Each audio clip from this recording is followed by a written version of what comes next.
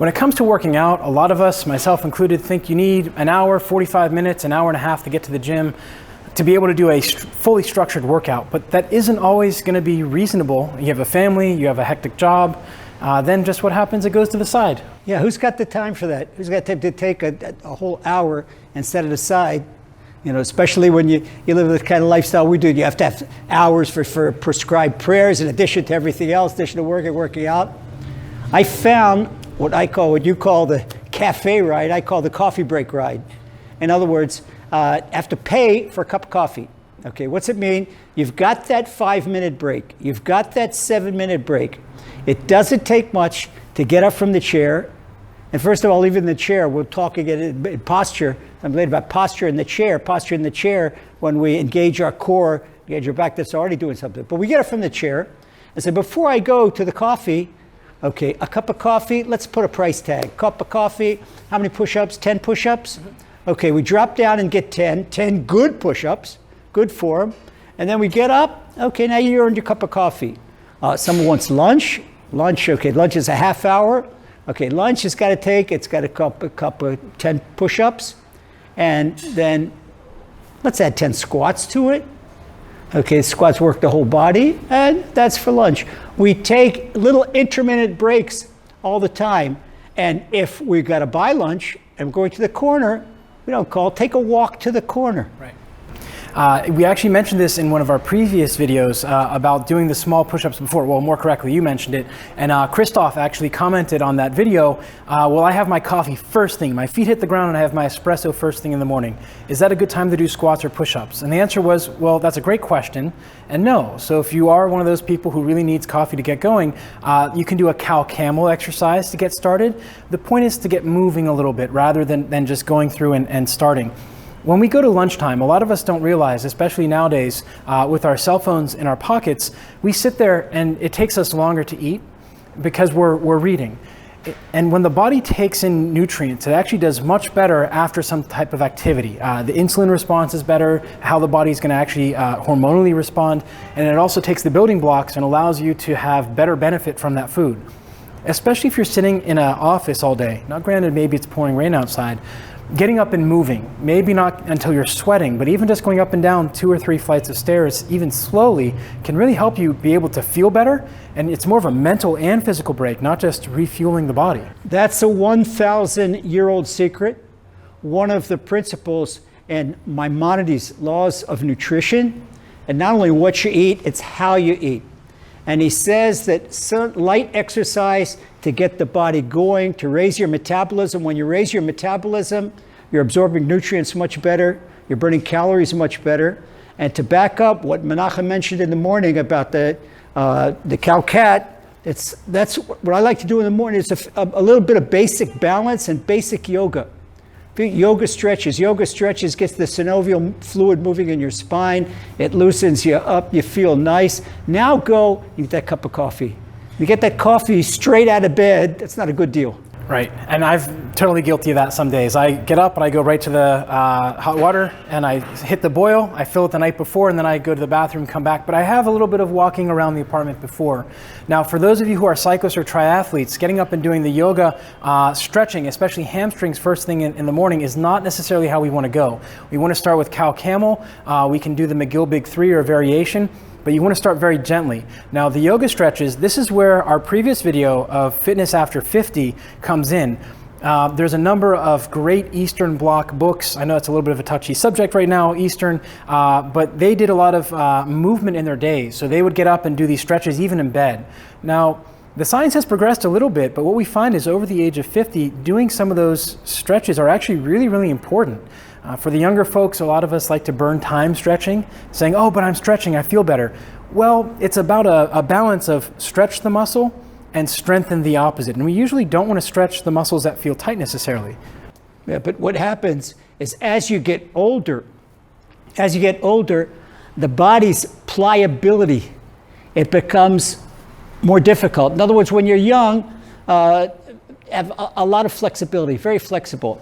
And as a person gets old, if you ever see how a person past 70 gets out of a chair, he gets chair bent up. It takes him a while to straighten up.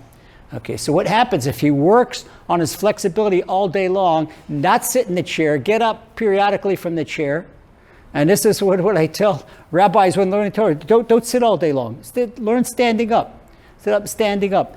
And same thing, we get up in the morning, the first thing, we're stiff. We're stiff, so we have to do those flexibilities. And then again, what Menachem says, not everyone is a triathlete, not everyone is a cyclist. Okay, but basically, depending on the age, you do need those flexibility because it's important for the synovial fluid to get going through the spine that holds the whole body. And if that's not there, if you don't have the flexibility, then it's very easy to pull muscles.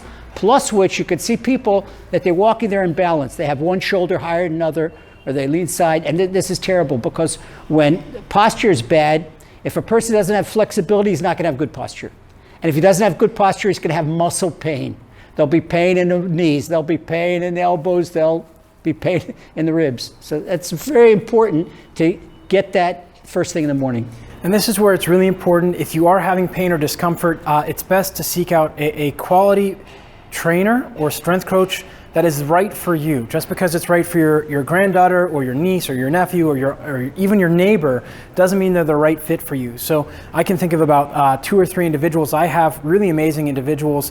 One of them did a half Ironman at the age of 66, 67, never was active before, but they took a long approach. They said, I want to do this in 2 years from now as opposed to jumping in. And one of the things that we did with him is we worked on very gentle stretching after he got up and walked in the morning. He had tried the first thing out of the bed stretching. If he didn't have time, he would take a hot shower to get the blood flow a little bit and try and move a little bit. But if you're having pain or imbalances, when we go through, a muscle has 3 jobs in the body. Number 1 is to protect a joint. Number 2 is to stabilize a joint while an adjacent joint or connecting joint moves. And the last one is to move a joint. So if we want to be able to improve our walking, our balance, our postures, it's not just about stretching. It's also about going through and doing exercises that are good for you. So while maybe your hips are tight, we don't want to stretch our hamstrings because that's just feeding into the problem. And this is where seeing a physical therapist preemptively, you're not feeling that great, say, can I come in for an assessment? What problem do you have? I don't have a problem, but I'd like to move better. The great physical therapist will say, absolutely, come on in, we'll give you a preventative program or hook you up with a great trainer to help you out. Okay, I want to tell you something that Menachem won't tell you. Menachem is plugging the physical therapist. Usually you'll go to physical therapist when you have a pain, you have a problem. Okay, why does my joint hurt my arm? Menachem is a sports physiologist. And a sports physiologist is like what I do in health as a health coach. A health coach is how to stay away from the doctor. But as soon as someone's sick, you need the doctor. Right. I'm not a doctor. What Menachem does, he prescribes the proper exercise for the proper muscle development, the proper body development, what you need for your age. And there's something else I very strongly believe in. I'm a strong adherent of biochemical individuality and physiological individuality, which means you can't watch that YouTube movie and see what works for somebody else. You need a trainer, a good sports physiologist, say what needs for you. He can assess your body. Just before we started, right now, I did Menachem's my coach, and did a few exercises, got a critique from him. Lazer, you got to change here, you have to change there, you're too much weight, your form is not here. And we want to work with perfect form, because when we work with perfect form, we're doing good for the body. So you need somebody objective that knows you and your age group, and especially a trainer who's, not every trainer is a specialist for every situation. For old people, for young people, for athletes, for lay people. You need a specialist, a trainer that knows you and that can give you the program that is right for you. That's why you have a personal trainer, because he gives a personal program for you. And that's where we want to be very careful, because that's a really good point I think a lot of people miss. I know I missed when I was younger, is that just because your trainer or coach tells you to do an exercise, if it doesn't feel comfortable, you're in charge. It's all about you. It's not an ego trip. What is an ego trip is if you're coming into every day and saying, well, I did the 12 kilo yesterday, so I'm going to do 14 today because it should go in a straight line. And that's, I think, the most important, and we'll wrap up with this one because we have a bunch of other things we're going to cover here in our series. So make sure you're subscribing down below. Hit subscribe to his podcast as well. When you go through, when you put your feet on the ground first thing every morning, I do 2 things. Number 1 is I make sure my son is still sleeping. But number 2 is I check and see, how do I feel today? What feels good? What feels bad? And as soon as I stand up, I try and be grateful for what is sore, the fact that it is sore and I can stand up.